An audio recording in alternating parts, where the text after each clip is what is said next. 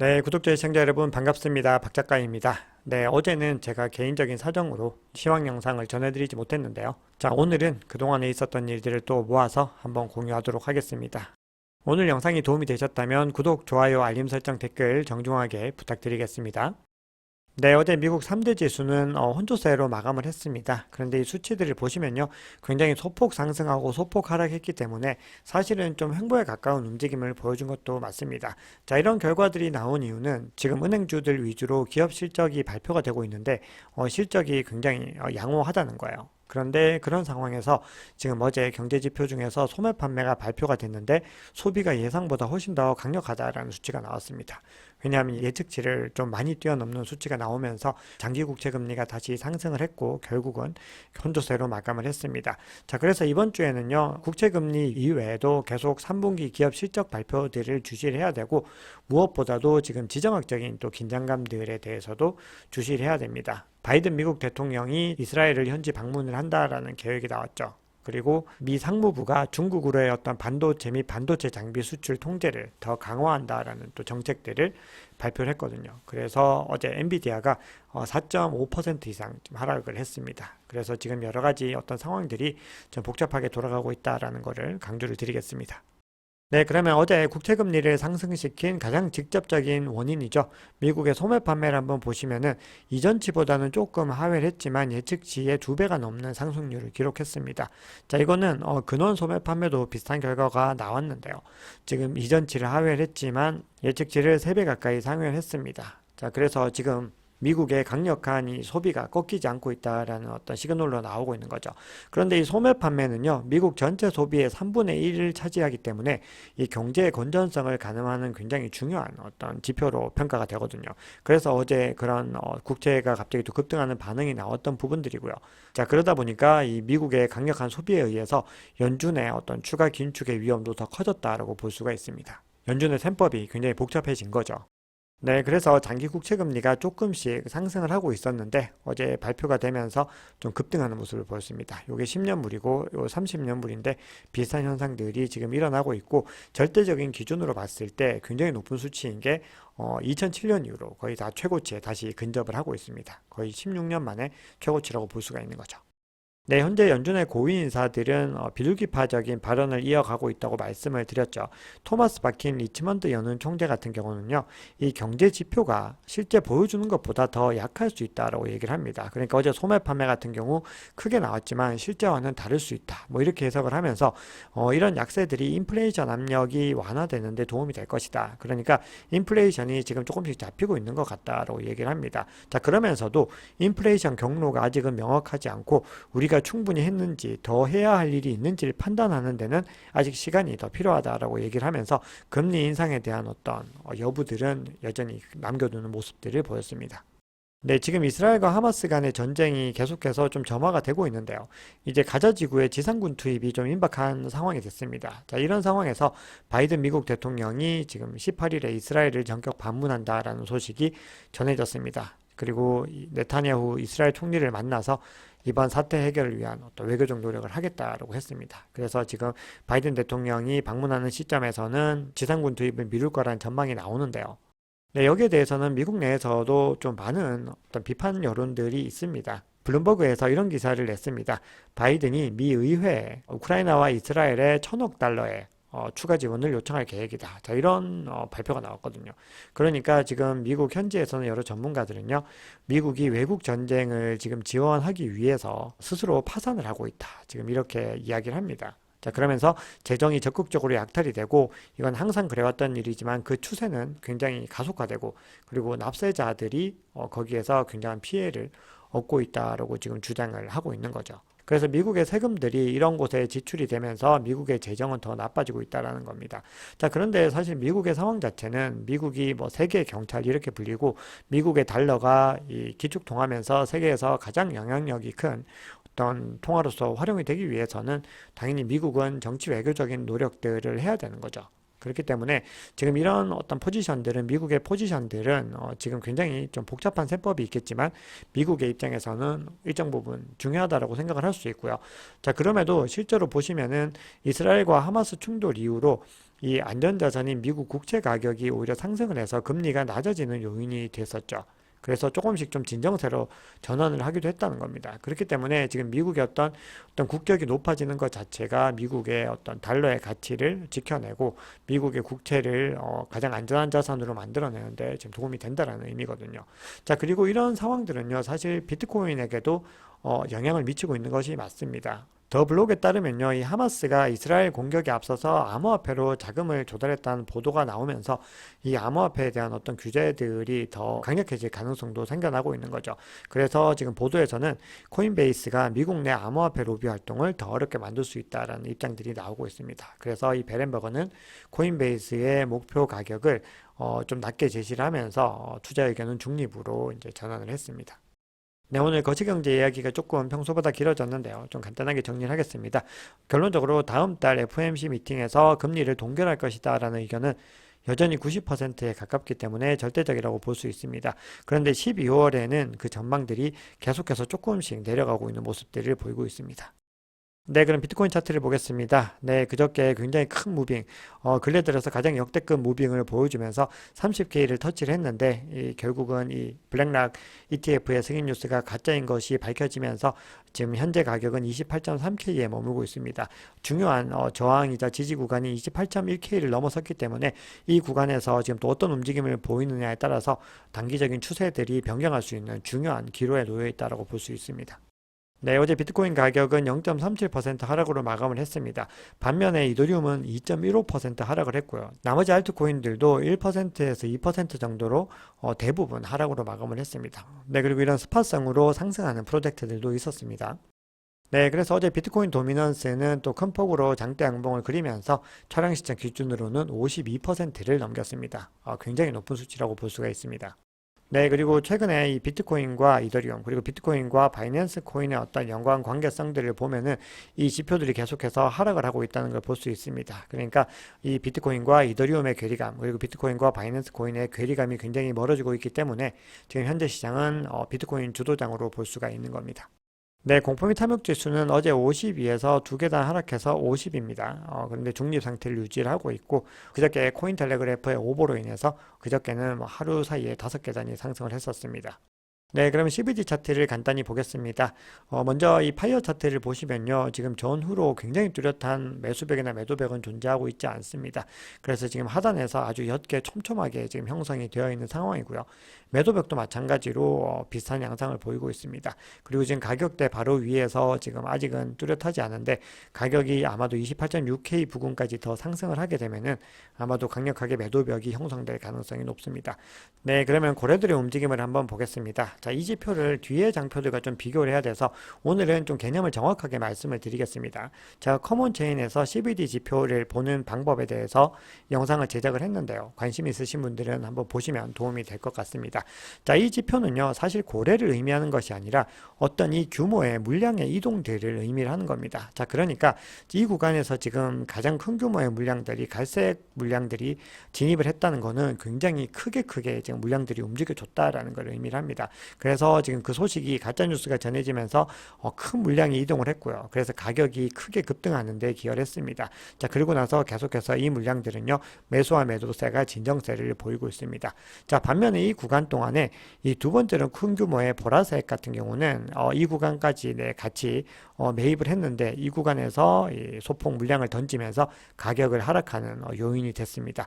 빨간색 고래 같은 경우는 조금 더 선제적인 움직임을 보였습니다. 가격이 상승하는 시점에 오히려 매물을 던졌고요. 그리고 가격이 지금 이 보라색 고래에 의해서 하락하는 시점에서 매입 물량을 늘려나가는 모습들을 볼 수 있습니다. 그리고 지금 시점에서는 조금씩 물량들을 던져내는 모습이 나오고 있죠. 그래서 지금 굉장히 많은 또 손바뀜들이 일어나고 있는 걸 확인할 수 있습니다.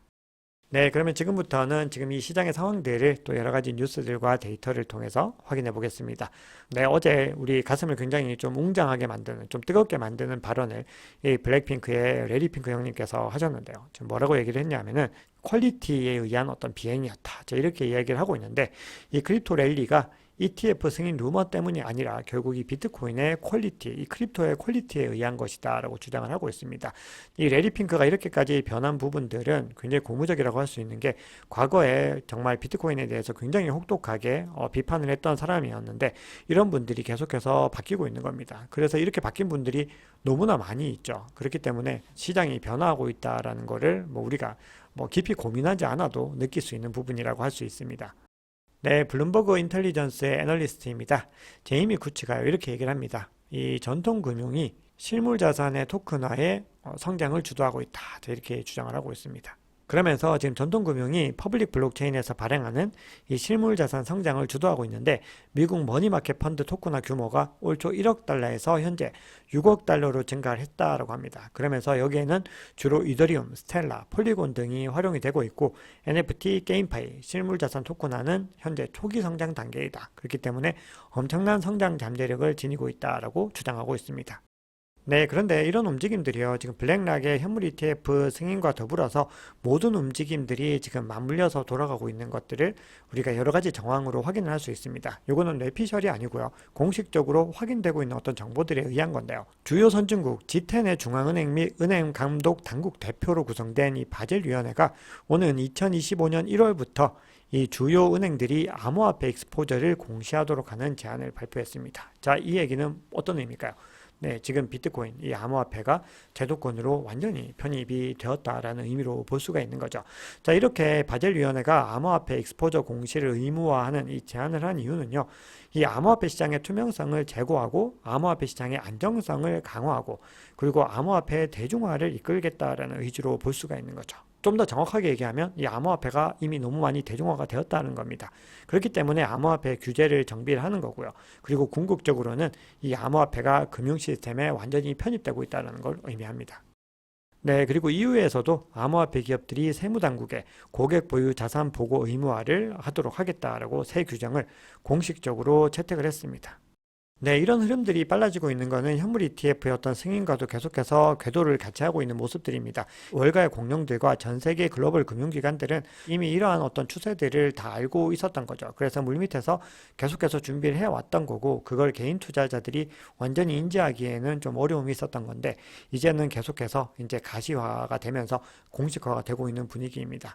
네, 그래서 지금 현물 ETF의 어떤 승인 여부도 사실상 좀 확정적으로 가고 있는 어떤 움직임들을 보이고 있는데 또 그 유력한 증거가 뭐냐면 이 GBTC의 프리미엄과 디스카운트 비율이 지금 2021년 이때는 불장 그 당시였던 거죠. 그때 이후로 가장 높은 수치로 지금 가고 있습니다. 그러니까 지금 이 디스카운트율이 최저 수준으로 지금 내려가고 있다라는 의미입니다.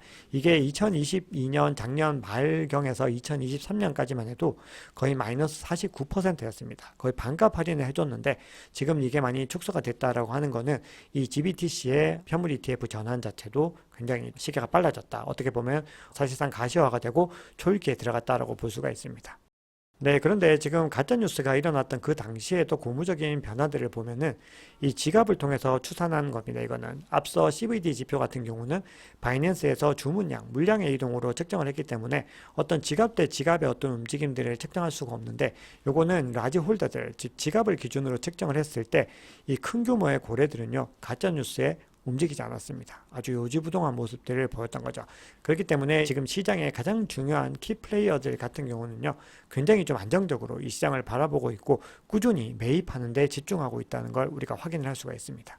네, 그리고 만약에 불장이 왔을 때 어떤 가격의 이동들을 살펴보면요, 결국은 지금까지 과거 패턴에서 계속해서 자본의 흐름들을 통해서 이 현상들을 확인을 할 수 있었는데요. 하락장에서 보시면은 이 파란색이 굉장히 많이 두꺼워진다는 걸 볼 수 있어요. 이게 바로 장기 지표입니다. 그리고 불장이 왔을 때는 이 빨간색 단기 지표들이 상승을 한다라는 걸 확인을 할 수 있습니다. 그래서 결국은 어떤 부의 이동을 통해서 이 흐름들이 측정을 하는 겁니다. 그래서 지금은 보시면은 이 파란색이 훨씬 더 커졌었고 지금 조금씩 줄어들고 있는 추세를 보이고 있죠. 그런데 이 전환 포인트, 터닝 포인트가 되는 지점은 어디냐 하면은 이 장기 보유 홀더들이 15%를 기준으로 해서 이 구간이 무너졌을 때가 이제 조금씩 더 단기 보유 물량들이 늘어나는 그런 흐름으로 갈 수 있다는 겁니다. 그래서 지금 보시면은 그렇게 많이는 남지 않은 것 같습니다. 그래서 반감기 시점과 맞물려서 지금 자본의 어떤 흐름들이 일어날 가능성들이 좀 높아지고 있는 그런 온체인 지표를 확인할 수가 있습니다. 네, 그리고 스테이블 코인 중에서 거래량이 가장 많은 USDT, 테더 같은 경우도요. 지금 어떤 대형 지갑에서의 어떤 매수세가 늘어나고 있고, 그리고 온체인 거래량으로 봤을 때도 2개월 내에 지금 최고치를 기록을 하고 있습니다.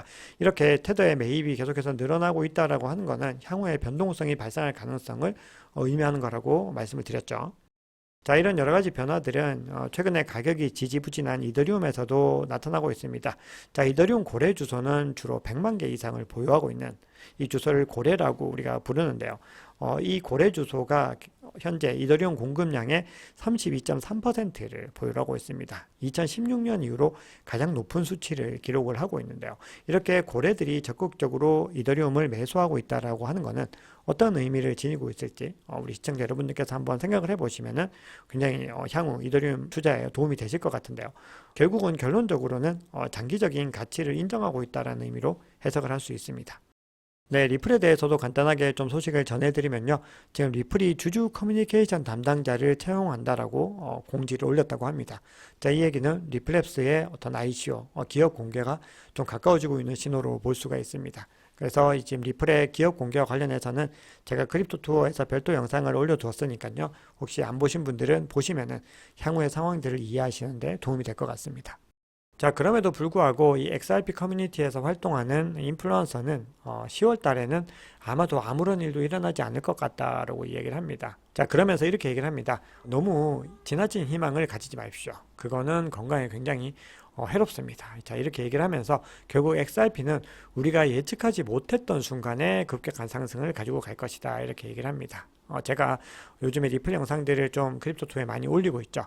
근데 그 영상들 제가 이제 좀 근본적인 이야기를 하는 영상들을 아마 이번 주와 다음 주에 올려드릴 텐데요. 리플은 투자자분들은요, 반드시 장기 투자로 접근해야 되는 어떤 코인이다. 이렇게 볼 수가 있습니다. 네, 그러면 가격 전망 간단히 확인하면서 이 영상을 마무리하겠습니다. 네, 그저께 굉장히 큰 급등을 하면서 지금 가격이 30K를 잠시 터치를 했다가 현재는 28.3K에 머물고 있죠. 근데 지금 28.1K 위에 가격이 위치하고 있다는 것은 굉장히 중요한 의미로 볼 수 있습니다. 그래서 지금 이 구간이 굉장히 중요한 이정표이고 향후에 이 가치를 꾸준히 유지할 수 있느냐 없느냐에 따라서 단기적인 변동성이 상방으로 향할지 하방으로 향할지의 어떤 차이점을 가지고 가게 됩니다. 그래서 지금 투자의 어떤 심리와 시장 역학에서 굉장히 중요한 이 구간을 지켜내는지를 함께 봐야 됩니다. 근데 이걸 조금 더 디테일하게 보면은 코인노태그라고 하는 매체에서 가지고 온 기사인데요. 비트코인 가격이 28.6K 수준 이상으로 계속해서 유지를 해서 1일 마감을 해야지 상승 궤도를 이어나갈 수 있다라고 주장을 하고 있습니다. 그래서 만약에 28.6K를 갖다가 돌파하지 못하는 상황이 오게 되면은 28.3K에서 27K까지도 하락 추세가 시작될 수 있다 이렇게 얘기를 합니다. 자, 그리고 만약에 28.6K를 지켜낼 수 있으면 29.3K가 다음 목표 수준이다라고 이야기를 합니다. 네, 그런데 단기적으로는 지금 하락 추세에 베팅을 하는 시장의 전문가들이 더 많습니다. 블룸버그 인텔리전스의 마이크 맥글론이라고 하는 분인데요. 지금 비트코인 가격이 25K에서 29K 범위에서 굉장히 지금 좁아지고 있는데 연간 변동성이 만약에 신저점에 도달하게 되면은 결국은 50주에서 100주 이동 평균 사이에 머물고 있는 이 비트코인이 큰 변동성을 가지고 갈 것이다 라고 얘기를 합니다. 자, 그러면서 그 방향성은 아마도 지금 현재 거시경제 상황들을 감안했을 때 하방을 향하게 될 가능성이 더 크지 않을까 이렇게 주장을 합니다. 그리고 단기적으로는 매번마다 굉장히 베어리시한 관점을 제시하는 이 벤자민 코엔이라고 하는 분석가는 아마도 비트코인이 50% 가까이 하락할 가능성도 있다. 또 이렇게 주장을 하고 있습니다. 네, 그 근거로 들고 있는 이유는 지금 알트코인의 어떤 움직임들에 대한 부분인데요. 비트코인의 구매력이 상승을 하면서 알트코인의 구매력이 지금 하락을 하고 있는데 이게 결국 봤을 때 유동성이 굉장히 작은 상황에서 이런 일들이 일어나게 되면은 이 알트코인의 부진이 결국은 비트코인의 부진으로 사이클을 가지고 가게 될 거다라는 주장을 하고 있는 겁니다. 그렇기 때문에 과거에 30%에서 40% 정도 하락을 했었다라는 거거든요. 그래서 렉트캐피탈의 의견을 마지막으로 살펴보면은 지금 현재 비트코인은 오래전에 거시적인 하락 추세는 이미 깨뜨렸고 지금 현재 상승 추세, 강세장의 어떤 초입에 있다라고 하는 사실은 부인하기가 어렵다라고 하면서 그럼에도 불구하고 향후 4개월에서 6개월 동안에 과거의 어떤 패턴들처럼 마이너스 30%에서 그 이상의 어떤 되돌림이 있을 가능성, 그거는 부인하기 어렵지만 어쨌든 지금 추세에서는 그것을 알 수는 없다. 다만 보수적인 투자자들은 그 부분들을 감안해서 투자 전략을 세워야 된다. 이렇게 주장을 하고 있습니다. 네, 오늘 준비한 얘기는 여기까지입니다. 여러분 오늘 영상이 도움이 되셨다면 구독, 좋아요, 알림 설정, 댓글 정중하게 부탁드립니다. 지금까지 박 작가였습니다.